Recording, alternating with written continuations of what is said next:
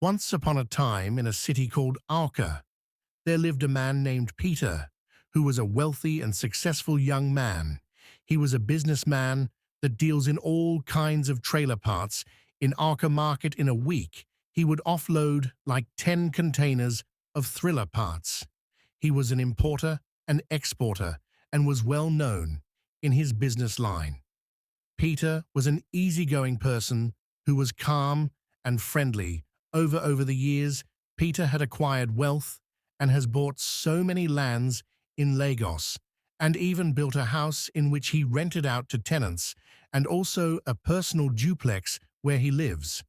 Peter has a girlfriend named Margaret who just recently finished studying at the university. He has been dating her for 3 years and was now ready to marry her since she was done with school. Peter provided all of her needs and pampered her like a prin. Say she could call Peter to send her money any amount, and within minutes he's already sending her the money because he was deeply in love with her. Few months after her graduation, Peter planned a surprise engagement party for Margaret as he proposed to her. Margaret was so happy that she would be getting married to Peter, a wealthy businessman. As she looked at the diamond ring he gave to her, "Oh baby, thank you so much for this ring. It's so beautiful," she said, smiling at Peter, who returned the smile too. "But there's something I need to tell you. I am an Instagram influencer and has a lot of followers. You see this, my body shape and figure, I want to maintain it. Oh, I don't want child beds to spoil my body. And I also want you to hire a surrogate mother so I can avoid all the stress that comes with pregnancy," she said, looking at Peter, who was shocked and could not believe his ears, as he said to her, "So, madam, influencing is more important to you than starting a family, eh? We've dated for like 3 years now, so why didn't you mention this to me?" Peter asked. "Why still? In shock? Calm down.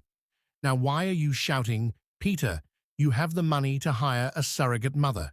You're very wealthy, importer and exporter to me. I don't see any problem here. I don't want to spoil my beautiful face, my beautiful body and shape because of childbirth," Margaret said, frowning her face, but Peter ignored her without saying any word for some minutes, as he then said to her, "So all this while we've been dating and you have been eating my money, why didn't you mention this to me?" "There is nothing to mention to you, Peter. This is like the trending thing. Now this is what couples do.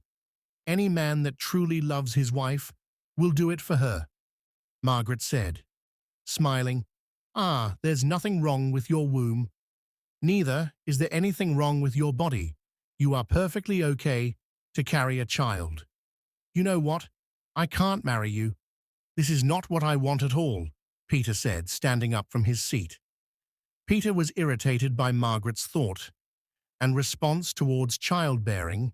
He felt that she's more concerned with convenience than building a true family together, as he ended the relationship. "Wait now, Peter, why are you leaving me here?" Margaret said, walking behind him. "Look, see, I swear, if you follow me, my shoe will land on your head. I will make sure your head is swollen before I leave you," Peter said, sounding very angry as he walked away. "But Peter, what about the ring on my finger?" Margaret asked. "Don't worry. You can sell it," he said, driving away as Margaret was not even bothered or felt bad in any way. Peter went home, very disappointed, as he began to think of what to do, because he really wants to get married, as he was not getting any younger. All these city girls that are already spoiled and useless. Just look at the rubbish this girl is telling me. She opened her big mouth, like that of a hippopotamus, to tell me she won't bear children. I think I need a girl from the village. At least those ones are calm and well responsible." He determined to find a partner with a different outlook on life, decided to travel to his village to seek a simpler and more genuine girl. And there he met and came a young woman who has little formal education, but is known for her kindness, hard work, and humble nature as he was driving his car. He got stalked because of the bad road at the village, as he was tread looking for who will help him push the car. Cynthia, who was just returning back from fetching firewood, saw him and decided to offer help. Mr. Fine, your car got socked. Peter, yeah, let me help you, Cynthia said. Bringing down her firewood, Peter was confused as he did not understand what she was saying. My dear, what are you saying? I don't understand you, Peter asked, looking at Cynthia, who then smiled as she repeated what she said. I said, your car got sucked. Is sucked. Let me help you and push it. Oh, you mean Stedperter, said smiling as he asked her if she could push the car. Cynthia, this one is small issue now. By the time I use this my hands, I use impounding fufu and beating my younger siblings to reset their brain and push it. Even you will be surprised, she said smiling as she pushed the car for Peter, who was still in total shock, wondering the kind of strength she has. He looked at her smiling so hard as thanked her for helping him, asking her to tell him her name. My name is Cynthia. No nonsense girl. You can ask about me in this village. Everybody knows me very well, she replied, smiling, as Peter laughed so hard, smiling from chin to chin, because he finds her cute, and everything she was doing was so funny to him. When Cynthia left, Peter could not stop laughing, as he said to himself, she's such a pure soul, and has good vibes. In fact, I love her already, he said smiling when he got home. He told his mother about Cynthia, who told him she was a good girl and would make a good wife. The next day, Peter went to Cynthia's parents, as he made his intentions known to them, and then Cynthia was called out to see the visitor that has come to ask for a hand in marriage. This young man here has come to ask for your hand in marriage. Do you like him? Her father cleared his truth as he asked, Yes, Papa, I know this Mr. Fine Auger. I helped him last week to push his car, Cynthia said, feeling very shy as she was using her toes to sketch on the ground. Peter looked at her smiling as everything in Cynthia was doing felt so cute to him. He paid her bride price, and they both got married and returned back to the city. Cynthia was wild by how beautiful and big his house, Peter, is your house, is very big. Oh, wow, wow, like wows, she said. Sounding very happy that night, Peter decided to take and came out for dinner as he ordered a beautiful dress for her online and also a human hair wig, and also called a makeup artist to do her makeup, and then went out to buy her a shoe and a handbag in a boutique. When the makeup artist was applying in Cynthia's makeup, she was disgusted as she felt like she was using her face as a drawing board when the makeup artist was done. And left, Cynthia went straight to the bathroom as she used soap and water to wash her face. Just look at how this auntie has turned me into a masquerade, using my face as a drawing board, rubbing me colors on my face. That will make me sweat. I will do my makeup myself, just like the way in Ify my friend taught me.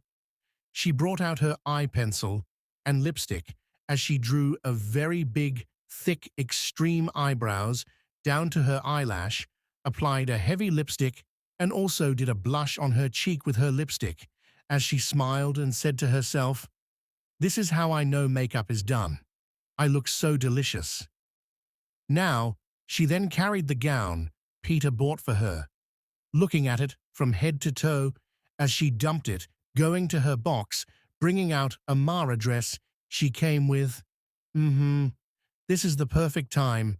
I need to wear this clothes, that if I wear now in the village inn, and Peter will be begging me to tell them where I bought it from. The dress she was holding was the dress she bought from a seller in their village market, which was already looking worn out, and the bottom part of the clothes was already faded due to friction. When Peter came back with a shoe and handbag he bought for Margaret. He was surprised to see her dressed like a masquerade. "Margaret, what happened to your face? And what type of dress are you wearing?" he asked me. "I can't allow that makeup artist, or whatever you call her, use my face as a drawing board.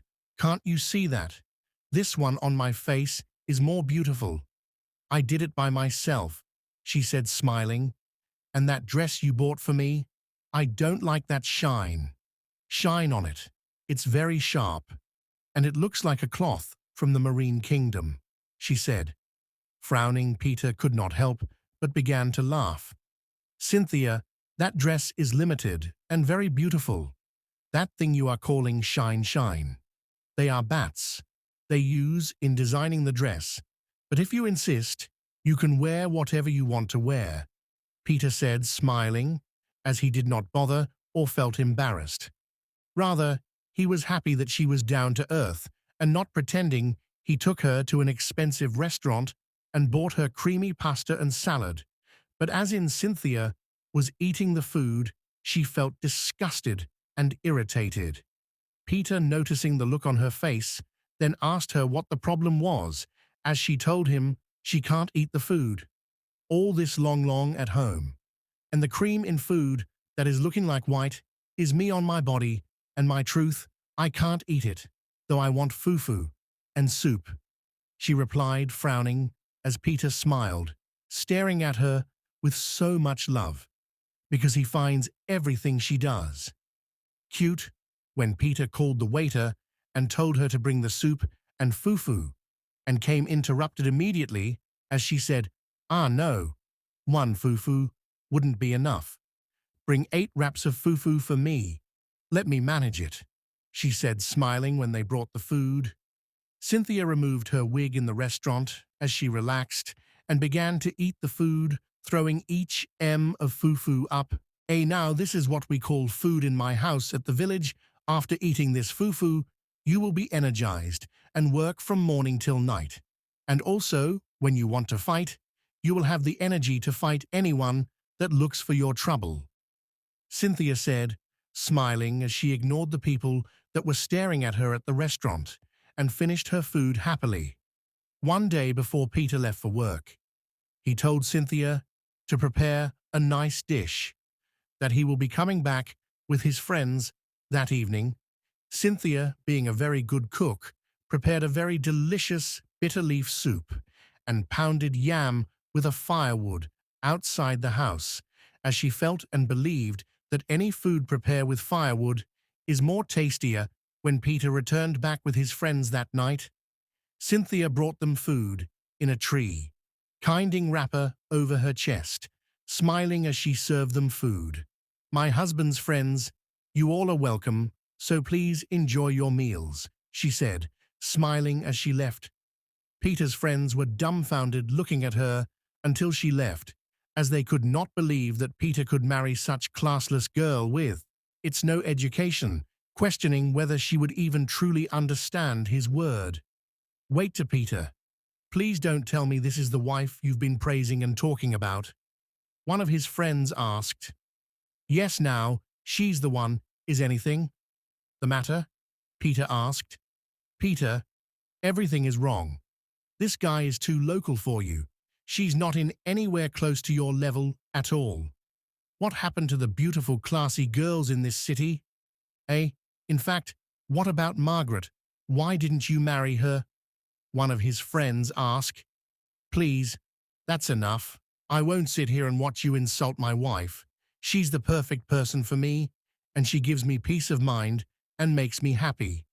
I don't mind her being local.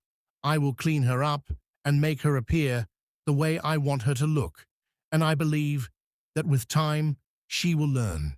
And as for Margaret, she's not a wife material. She's not ready for marriage. She's more concerned about her body and her influencing career," Peter said, frowning. "Okay, it's your choice. You can do what you want. Both of us will be here watching you. We all are going to see how long we will last with in Cynthia, because we know you like classy," and 2 ladies, as they were still talking, one of his friends, tasted the soup and came prepared and shouted out of surprise, "My goodness, this soup is so delicious, even the food I order from online kitchens. It's not even as tasty as this," he said, licking his fingers. Peter's other friend also tested the food and confirmed that the food was very tasty. They both finished their food, licking their plates with their tongue. As Peter watched them laughing, "This is the food my local wife prepared." "Oh, how come both of you are licking your plates like this?" Peter asked, telling them, "Peter, your wife they cook. Ooh, she's a born natural chef. The food was very tasty. No wonder you married her," they said, as the three of them laughed. As months passed, Peter's love on Cynthia grew stronger as he realizes that true love isn't found in appearance, but in loyalty and support. One day, Cynthia was tired of staying at home, as she begged Peter to take her to his shop. When they got there, Peter was surprised by how smart Cynthia was, as she immediately began to understand some things about the business. He also noticed that she was good in calculations too. When they arrived home that evening, he called Cynthia as he told her he wants her to start schooling. "Cynthia, why don't you start adult education classes? You're very smart, and I believe you learn fast." "Ah, don't say that again. Oh, my brain has melted. This brain you are seeing here is empty and can't contain anything. As it is now, I don't think I want to go to school. I don't want anything that will give me headache," Cynthia said, frowning. Cynthia calmed down. "Okay," Peter smiled as he held her hands. "I promise you, learning won't be hard for you. You're a very smart person," he said, still smiling at her. "Okay, my husband, you too fine. You too fine. Get out this your handsomeness face. A loon has melted my heart. You my king. I will do anything you want me to do, just to make you happy," Cynthia replied, blushing. But as they were still talking, they heard the door being unlocked as they wonder who has the key to their house. When the door opened, Margaret walked into majestically. "Peter, what are you doing here, and why do you still have my house spare keys?" Peter asked, looking surprised. "Oh, so it's true. You married a local woman. So, Peter, you left a full package like me, an influencer for that matter, to settle with this village champion," Margaret replied, looking at and came with disgust. "Madam, you clearly told me you don't want to give birth to children, and your action shows that you are not ready to start a family. So why appear all of a sudden, knowing fully well I am already married?" Peter said, sounding very angry. "Peter, my love," Margaret said as she walked close to him to touch his chain, and immediately Cynthia, who has been watching the whole drama, jumped up from her seat and pushed to go my way. "Hold it light there, so you don't have fear to touch my husband." "Hey, Peter, who is this Moo girl?" she asked. "She's my ex-girlfriend. I wonder what she's even doing here."